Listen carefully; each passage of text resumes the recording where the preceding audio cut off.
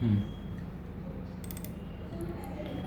আজকে যেটা আমি করব, টাপি টিউব থেকে একটা ছোট্ট মতো অ্যানিমেশন আমি তৈরি করে দেখাবো যে কীরকমভাবে একটা অ্যানিমেশন তৈরি করে টাপি টিউব, এই যে আমাদের অ্যাপ্লিকেশনটা আছে এটার মাধ্যমে।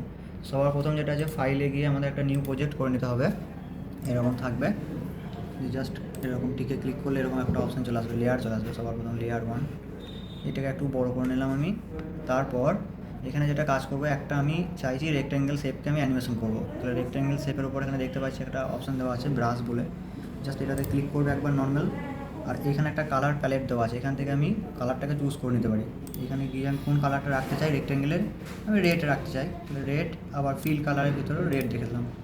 জাস্ট এইটুকু করার পর আবার এটাকে বন্ধ করার জন্য কালার প্যালেটে এই অপশানটাতে আবার ক্লিক করতে হবে। তাহলে এটা আমার সেভ হয়ে গেল, যে কালারটা নিলাম আর রেক্ট্যাঙ্গেল শেপটা নিলাম। এরপরে একটা রেক্ট্যাঙ্গেল শেপ ছোট্ট করে মানে ড্র করতে হবে এরকম জায়গাতে, এরকম ছোট্ট একটা ড্র করলাম জাস্ট কোণের দিকে। এবার এটাকে উপরে আমাকে অ্যানিমেশন লাগাতে হবে। অ্যানিমেশন লাগাতে গেলে এই দিকে একটা অপশান আছে আমাদের লেফট সাইডে, এই যেটা, এটা হয়ে গেল কি টুইনিং বলে একটা অপশান আছে। জাস্ট এটাতে ক্লিক করার পর মোশন টুইনিং, এটাতে উপর একটা শর্টকাটে দেওয়া আছে, জাস্ট এর উপরে ক্লিক করতে হবে। এটাতে ক্লিক করার পর কোনটাকে আমি অ্যানিমেশন দিতে চাইছি, এটাকে একবার এই যে লেয়ার অপশান এখানে গিয়ে প্লাস চিহ্নটাকে ক্লিক করতে হবে। এরপর থেকে একটা নাম চলে এসছে, আবার একবার জাস্ট এই প্লাসে ক্লিক করতে হবে। এবার বলেছে সিলেক্ট অবজেক্ট, অবজেক্ট আমাকে আগে সিলেক্ট করতে হবে, এখানে তো নর্মাল করা নেই, তাহলে আমাকে কী করতে হবে, সেট পাথ প্রপার্টিস, এটাতে ক্লিক করতে হবে। কিন্তু তার আগে আমাকে অবজেক্টে ক্লিক করতে হবে। এখানে একটা অবজেক্টে ক্লিক করলাম, এটা আমার অবজেক্ট। তারপর সেট পাথ প্রপার্টিস, এটাতে গিয়ে আমাকে কী করতে হবে, ইন্টারভালগুলোকে দিতে হবে, মানে ঠিকঠাক কীরকমভাবে মোশনটা করতে চাইছি। আমি জাস্ট এইটুকু করার পর এই নিচের দিকে একবার ক্লিক করলাম, উপর দিকে এরকম একটা জিগজ্যাগ লাইন কিন্তু ড্র হয়ে যাবে।